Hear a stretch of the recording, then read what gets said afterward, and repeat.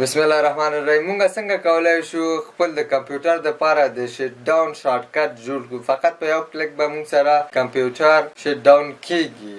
ډیر په اسانۍ سره مونږ کولای شو. دا ویډیو مکمل وګوره. که غواړئ کمپیوټر زده کړئ، کمپیوټر تخنیکونه زده کړئ، نور زما چینل سبسکرایب کړه، د زنګ علامه هم فعاله کړه، لایک مو هیر نشي، ورسره کمنټ ضروري دی. نور به د سکرین په پردې ګورو. ویلکم افغان ورډ ایجوکیشن یوټیوب چینل. موږ څنګه کولای شو خپل د کمپیوټر دپاره دغسې یو شټ ډاون بټنه جوړه کړو؟ سمه ده، په دې ویډیو کې به زه تاسو ته دا زده کوم.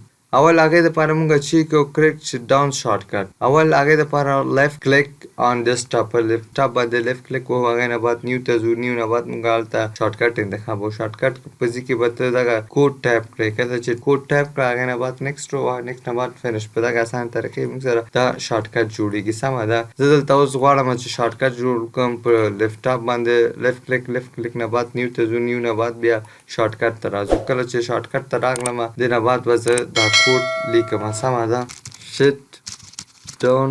وګوره شټ ډاون د چې کله ولیکې دې نه بعد به ته فاصله ورکړې، فاصله نه بعد به منفي علامه ورکړې، منفي نه بعد اس به ورکړې، دې نه بعد به فاصله ورکړې، منفي به ورکړې، دې نه بعد به ته ټي ورکړې، ټي نه بعد به فاصله ورکړې او زیرو به ورکړې، صفر به ورکړې. سمه ده، کله چې دا کوډ ولیکې دې نه بعد به ته نیکسټ ووهې. نیکسټ کې به ته د شارټ کټ ټوم ته سره چې شو شټ ډاون شو. شټ ډاون به موږ ته نه دلته ولیکو، فقط شټ ډاون یو.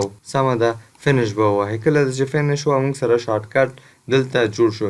کله چې موږ په دې ډبل کلیک کوو موږ سره به کمپیوټر شټ ډاون کیږي. دې ته باید موږ اوس دغسې یو آیکن بدل کړو. د آیکن بدلولو دپاره لیفت کلیک به ووهئ، لیفت کلیک نه بعد به پراپرټي ته راشئ، پراپرټي نه بعد به دلته چینج آیکن ووهئ. چینج آیکن به انتخاب کړئ. دلته به کوم آیکن چې ته غواړې هماغسې به خپل په خوښه یو آیکن به ورته دلته ورکړل. زه بیا هم دې دپاره دغه آیکن ورکوم. کله مې چې آیکن ورکړله ما سره بدل شو. که چېرې زه اوس غواړم کمپیوټر را سره شټ ډاون شي، ډبل کلیک په دې وکړه موږ سره به کمپیوټر شټ ډاون کیږي. په دغې طریقې موږ کولی شو شټ ډاون شارټ کټ جوړ